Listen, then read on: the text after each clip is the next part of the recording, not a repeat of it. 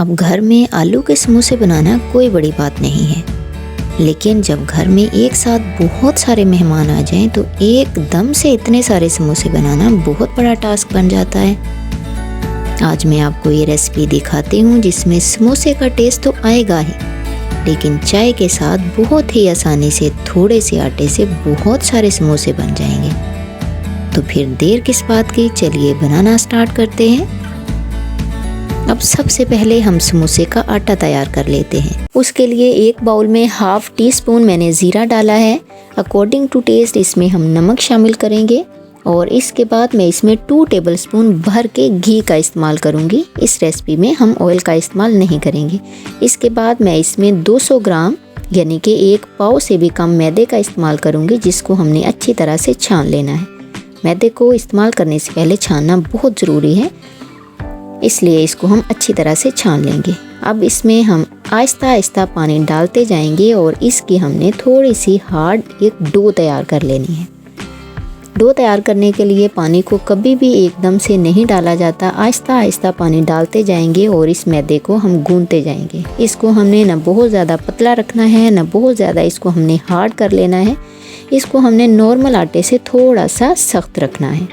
इस तरह से आहिस्ता आहिस्ता पानी डालते जाएंगे और ये आटा हमारा बहुत अच्छे से तैयार हो जाएगा। तो देखें जी, 1 से 2 मिनट लगाकर मैंने अपनी डो बहुत अच्छे से तैयार कर ली है। अब इस डो को हम 10 से 15 मिनट का रेस्ट देंगे ताकि ये अच्छे तरीके से स्टेबल हो जाए। उसके बाद मैं इसकी फिलिंग तैयार कर लेती हूँ। उसके लिए मैंने 1 कप बॉयल आलू लिए हैं, जिसको मैंने अच्छे तरीके से मैश कर लिया है। इसके अंदर half teaspoon chilli flakes डालेंगे और 1 टीस्पून इसमें धनिया और गरम मसाले का पाउडर ऐड कर देंगे। इसके बाद अकॉर्डिंग टू टेस्ट इसमें हम नमक डाल देंगे। मैंने यहाँ हाफ टी स्पून नमक का इस्तेमाल किया है और इसके बाद हाफ टी स्पून ही इसमें हल्दी का पाउडर डाल देंगे और 1 टेबल स्पून इसमें हम इस स्टेज पर ऑयल का इस्तेमाल करेंगे। ऑयल डालने से ये होगा कि जब हम इसकी मिक्सिंग करेंगे तो आलू हमारे हाथों के साथ चिपकेंगे नहीं, और दूसरा इससे इसका टेस्ट और फ्लेवर भी अच्छा आएगा।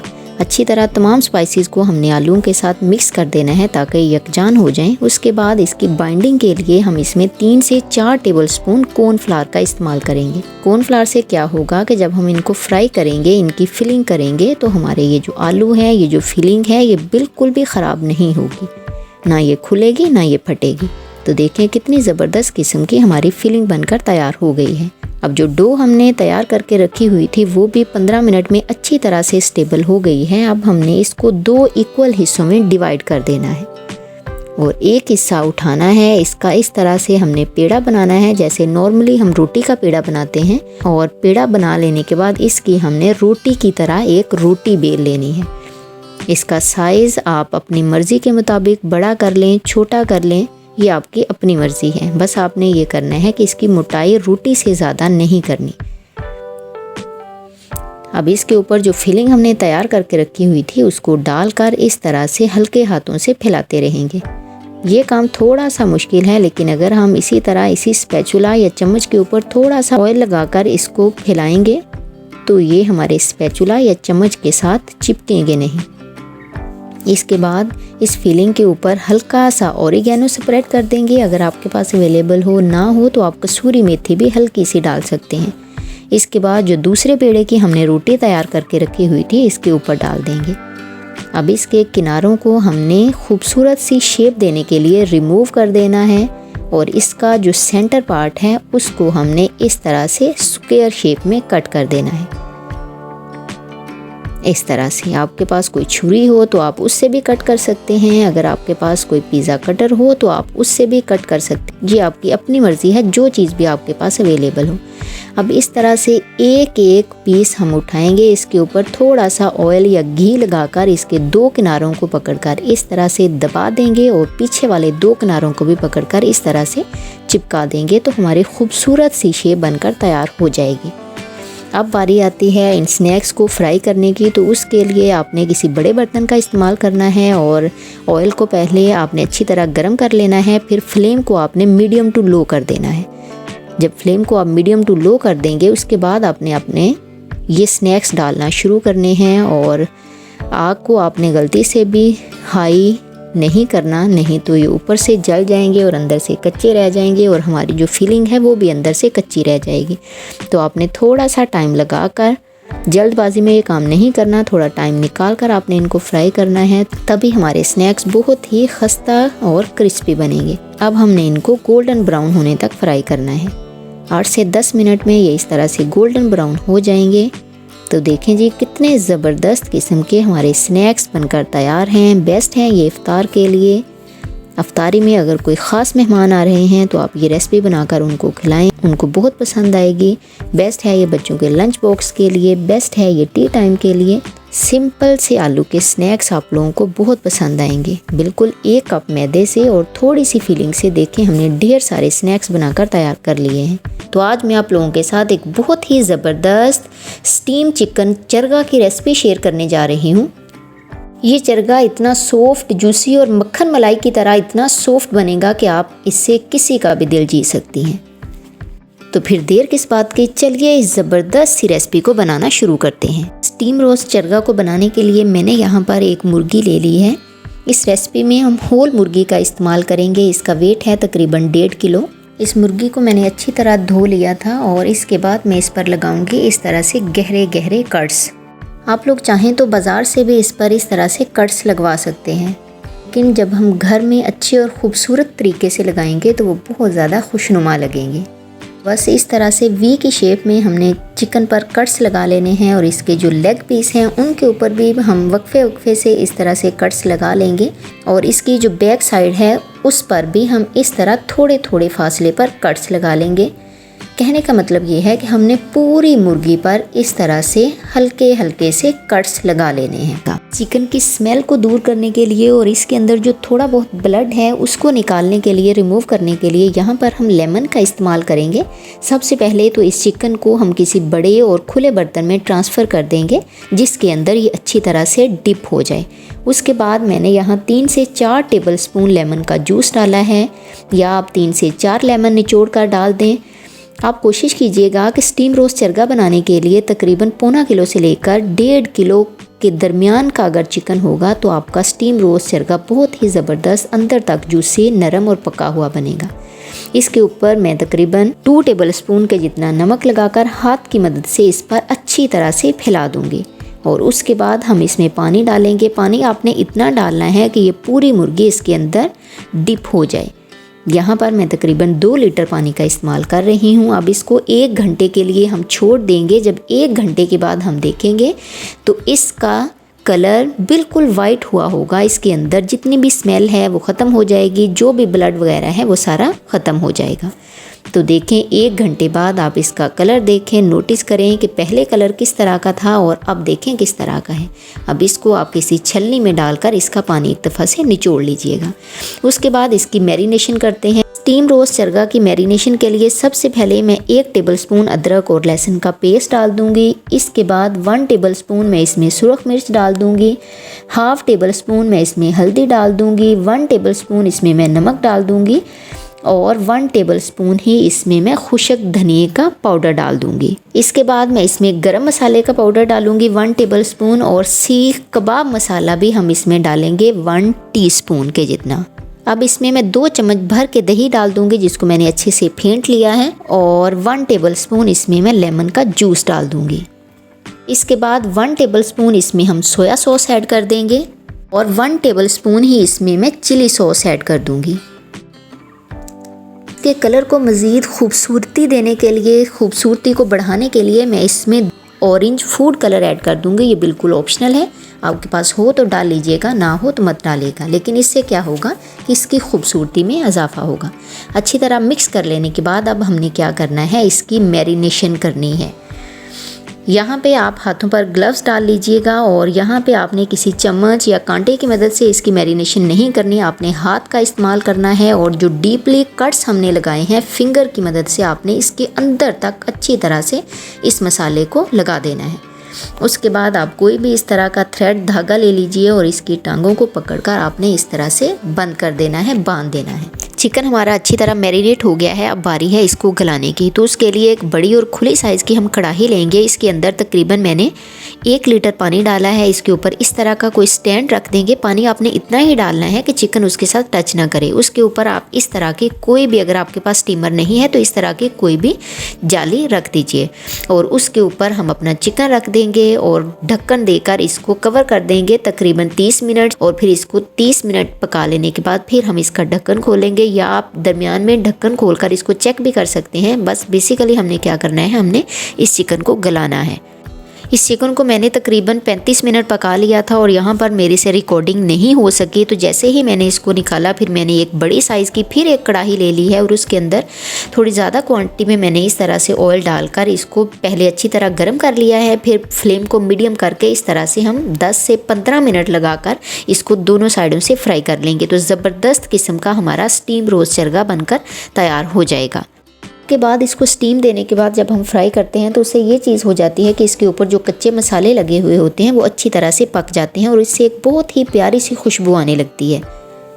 तो देखें कितनी ज़बरदस्त लुक आई है इसकी और इतना टेंडर है कि बिल्कुल हड्डियों से अलग हो रहा है। तो देखें कितने थोड़े से टाइम में हमने इतना बेहतरीन चटपटा सा चरगा, और इसका कलर देखें, इसकी लुक देखें कितनी ज़बरदस्त है। यहाँ पे मैं तो आपको यही कहूँगी कि ज़र्दा कलर का आप इस्तेमाल लाजमी कीजिएगा, तभी इसकी लुक इतनी खूबसूरत आएगी। अगर आप उसको स्किप करना चाहें तो आप कर तो सकते हैं, इसके टेस्ट में कोई फ़र्क नहीं पड़ेगा, लेकिन इसकी लुक में फ़र्क ज़रूर पड़ेगा। हमेशा की तरह वीडियो पसंद आए तो लाइक कीजिएगा, शेयर कीजिएगा, एक प्यारा सा कमेंट, चैनल पर नए हैं तो इसे सब्सक्राइब भी ज़रूर कीजिएगा। तो आज भी मैं हमेशा की तरह एक मज़ेदार, धमाकेदार, यूनिक और मुनफरिद सी रेसिपी लेकर हाजिर हुई हूँ। ये वो स्नैक्स हैं, ये वो रमज़ान स्पेशल स्नैक्स हैं जो ऊपर से बहुत ज़्यादा क्रिस्पी और क्रंची होंगे और अंदर से बहुत ही नरम और जूसी होंगे। और मुझे यकीन है इस वीडियो को कंप्लीट देख लेने के बाद आप इसको फ़ौरन बनाना चाहोगे। तो चलिए इस ज़बरदस्त क्रिस्पी क्रंची स्नैक्स को बनाना शुरू करते हैं। सबसे पहले हम स्नैक्स की डो को तैयार कर लेते हैं। उसके लिए मैंने यहाँ मैदे का इस्तेमाल किया है। मैं 1.5 कप मैदे का इस्तेमाल कर रही हूँ और मैदे को इस्तेमाल करने से पहले छानना बहुत ज़रूरी होता है, इसलिए मैंने इसे अच्छे से छान लिया था। इसके बाद इसमें 4 टेबलस्पून मेल्ट किया हुआ घी ऐड कर देंगे। अकॉर्डिंग टू टेस्ट आप इसमें नमक डाल दीजिएगा और ½ टीस्पून जितनी हम अजवाइन डालेंगे। इसके बाद मैं नीम गर्म पानी से इस मैदे को गूंद लूँगी। अगर आपके पास दूध अवेलेबल हो तो उससे गूंद लीजिएगा, उससे इसका टेस्ट और जायका डबल हो जाएगा। अब इस मैदे को हमने ना बहुत ज़्यादा हार्ड रखना है ना बहुत ज़्यादा सॉफ्ट रखना है, बस नॉर्मल आटे से आपने इसको थोड़ा सा हार्ड रखना है। अच्छी तरह जब आटा हमारा गूंद जाएगा, अच्छी तरह इसको गूंद लेने के बाद हमने 10 मिनट के लिए इसको रेस्ट पर रखना है ताकि ये अच्छी तरह स्टेबल हो जाए। अब फिलिंग तैयार करने के लिए मैंने यहाँ पर आधा किलो बॉयल आलू लिए हैं। इनको हम इस तरह पोटैटो मैशर से अच्छी तरह मैश कर लेंगे। जब ये अच्छे से मैश हो जाएंगे फिर इसमें 1 टेबलस्पून चॉप की हुई सब्ज़ मिर्च ऐड कर देंगे। 2 टेबलस्पून बारीक कटा हुआ प्याज ऐड कर देंगे। तकरीबन 2 टेबलस्पून इसमें हम सब्ज़ धनिया ऐड कर देंगे और अकॉर्डिंग टू टेस्ट आप इसमें नमक ऐड कर लीजिएगा। अच्छी तरह तमाम चीज़ों को हमने यकजान करना है। अच्छी तरह मिक्स कर लेने के बाद हमारी ज़बरदस्त और सिंपल सी फिलिंग बनकर तैयार हो गई है। इसको रखते हैं साइड पर और दूसरी तरफ यहाँ पर मैं 2 टेबलस्पून मैदे का इस्तेमाल करूँगी और इसके अंदर थोड़ा सा पानी डालकर एक गाढ़ा सा हम पेस्ट तैयार कर लेंगे। अब पेस्ट को हम कहाँ इस्तेमाल करेंगे ये भी मैं आपको आगे चलकर बताती हूँ। ये देखें पेस्ट हमारा तैयार हो गया है। 15 मिनट बाद ये देखें डो हमारी बहुत अच्छे से सेट हो गई है। अब हमने इसको 8 इक्वल हिस्सों में डिवाइड कर देना है। ऐसा क्यों करना है? ताकि जो स्नैक्स हैं वो इक्वल साइज़ के बने और फिर इनके हमने पेड़े बना देने हैं। अब एक एक पेड़ा उठाएंगे और इसकी हमने रोटी बेल लेनी है। इस रोटी को आपने नॉर्मल रोटी से थोड़ा सा मोटा रखना है। इस तरह से हम इसकी रोटी बेल लेंगे और इसको बहुत ज़्यादा बड़ा नहीं बेल लेना, बस इसी साइज़ की आपने रखनी है। इसके बाद कोई भी आपके पास अगर कटर अवेलेबल है वो ले लीजिए या कोई बाउल ले लीजिए या सिल्वर स्टील का कोई गिलास है, कोई नोकदार चीज़ है तो उसको आप ऊपर रखकर थोड़ा सा प्रेस करेंगे तो ये बहुत ही ज़बरदस्त राउंड शेप में हमें एक शीट मिल जाएगी। के किनारे बचे हैं उनको हम वेस्ट नहीं करेंगे, उनको हम एज अ पापड़ी इस्तेमाल करेंगे। शीट हमने लेनी है और इसके ऊपर जो मज़ेदार सी फिलिंग हमने तैयार करके रखी हुई थी उसका तकरीबन 1 टेबलस्पून इसके ऊपर इस तरह से फैला देंगे। अच्छी सी क्वांटिटी में मैंने इसके ऊपर अपनी स्टफिंग को फैला दिया है। अब इसको इस तरह से हल्का सा ट्विस्ट देना है, बिल्कुल हाफ मून की तरह। तो बस इस तरह से हमने इसकी खूबसूरत सी शेप बना लेनी। तो इसके खुले हुए हिस्से हैं उनके ऊपर हम मैदे का ये गाढ़ा सा पेस्ट लगा देंगे। मैंने एक प्लेट में सवैयाँ ली हैं। इस तरह की भुनी हुई सवैयाँ हर जगह से मिल जाती हैं और बिल्कुल बारीक वाली आपने लेनी है, मोटी वाली का इस्तेमाल नहीं करना। अब इनको हाथों की मदद से अच्छी तरह से क्रश कर लेना है। बेसिकली हमने क्या करना है, इन सवैयों के हमने क्रम्स बनाने हैं। इसके बाद जो सवैयाँ हमने क्रश करके रखी हुई थी, जो ब्रेड क्रम्स हमने बनाए थे, उसकी कोटिंग कर देंगे इस तरह से मैंने सारे स्नैक्स कोट कर लिए हैं। अब बारी है इनको फ्राई करने की। उसमें भी कुछ इंपॉर्टेंट ट्रिक्स एंड टिप्स हैं, वो भी साथ साथ मैं आपको बताती जाऊंगी। अब इन स्नैक्स को फ्राई करने के लिए मैंने ऑयल को मीडियम टू लो फ्लेम पर गर्म कर लिया है। इसके बाद हम शामिल करेंगे अपने हाफ मून। मीडियम फ्लेम पर हमने इनको फ्राई करना है और वक्फे से इनकी साइड्स को भी आपने चेंज करते रहना है। ये स्नैक्स हमारे थोड़े डिफरेंट हैं क्योंकि ऊपर से बहुत ज़्यादा क्रिस्पी और क्रंची होंगे और अंदर से बहुत ज़्यादा नरम और जूसी बनेंगे।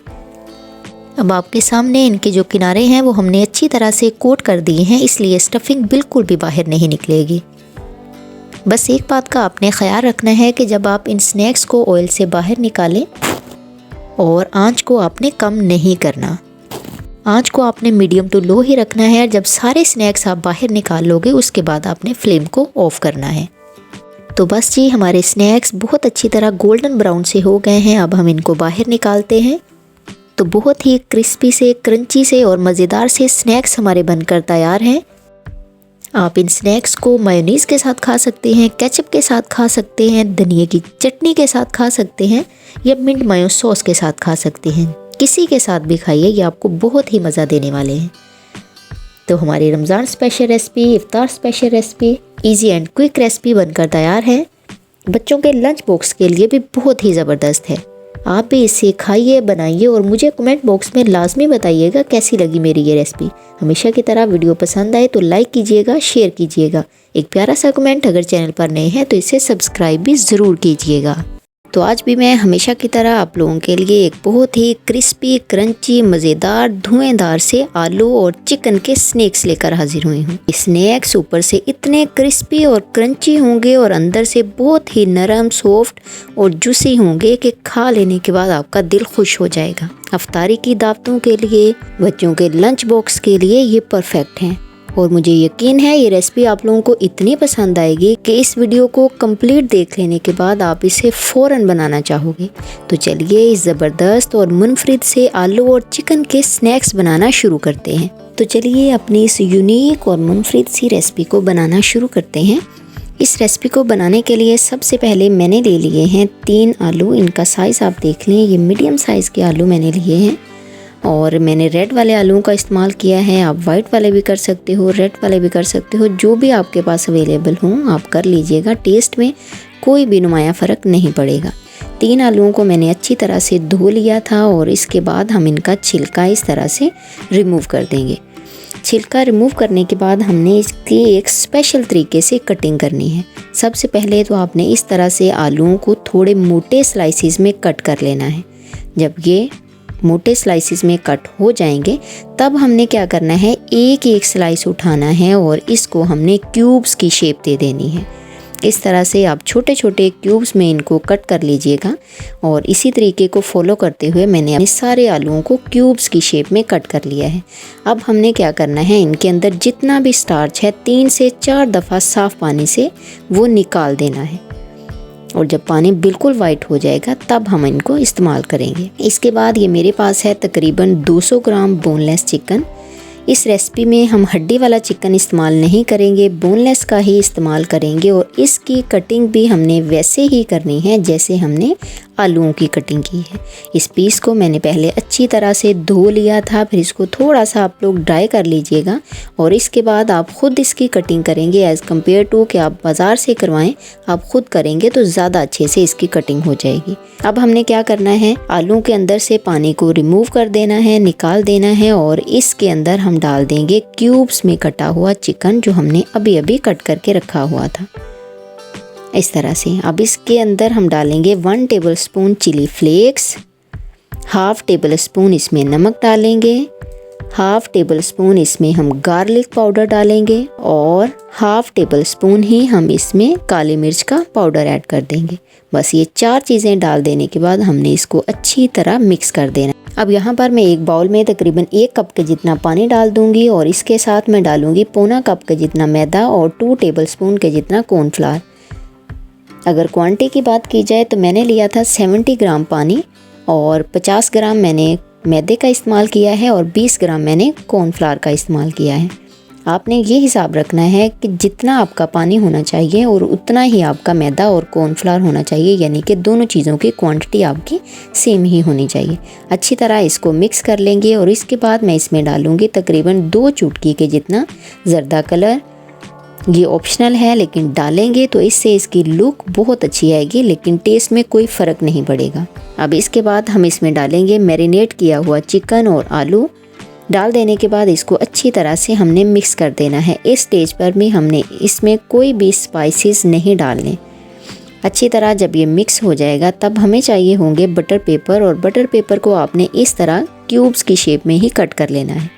कट कर लेने के बाद आप इसके ऊपर तकरीबन 1 टेबलस्पून के जितना अपना ये अमेज़ा डाल देंगे। बटर पेपर के ऊपर आपने बहुत ज़्यादा अमेज़ा नहीं डाल देना, बस 1 टेबलस्पून जितना ही काफ़ी होगा। अगर हम ज़्यादा डाल देंगे तो क्या होगा, जब इसको उठाकर हम फ्राई करेंगे तो इसकी शेप ख़राब हो जाएगी। तो इसलिए आपने इस चीज़ पर ख़ासा ध्यान देना है कि एक बटर पेपर के पीस के ऊपर आपने 1 टेबलस्पून के जितना ही अमेज़ा डालना है। मैदे का जो पेस्ट हमने बनाया है उसको भी मैंने इसलिए कहा है कि आपने उसको बहुत ज़्यादा पतला नहीं कर लेना। आपने मैदा और कॉर्नफ्लावर क्वांटिटी सेम रखनी है और पानी की क्वांटिटी, इट मीन के दोनों की क्वांटिटी आप लोग सेम रखोगे तो ही आपके ये स्नैक्स इस तरह के बनेंगे। अगर आपने गलती से भी थोड़ा सा पानी ज़्यादा डाल दिया तो इनकी शेप इस स्टेज पर ख़राब हो जाएगी। बारी आती है इन स्नैक्स को फ्राई करने के लिए, तो उसके लिए मैंने एक बड़ी साइज़ की कढ़ाई ले ली है और उसके अंदर मैंने तकरीबन आधा किलो ऑयल डालकर अच्छी तरह से पहले इसको गर्म कर लेना है और फिर आपने क्या करना है, फ्लेम को मीडियम टू लो की तरफ ले आना है।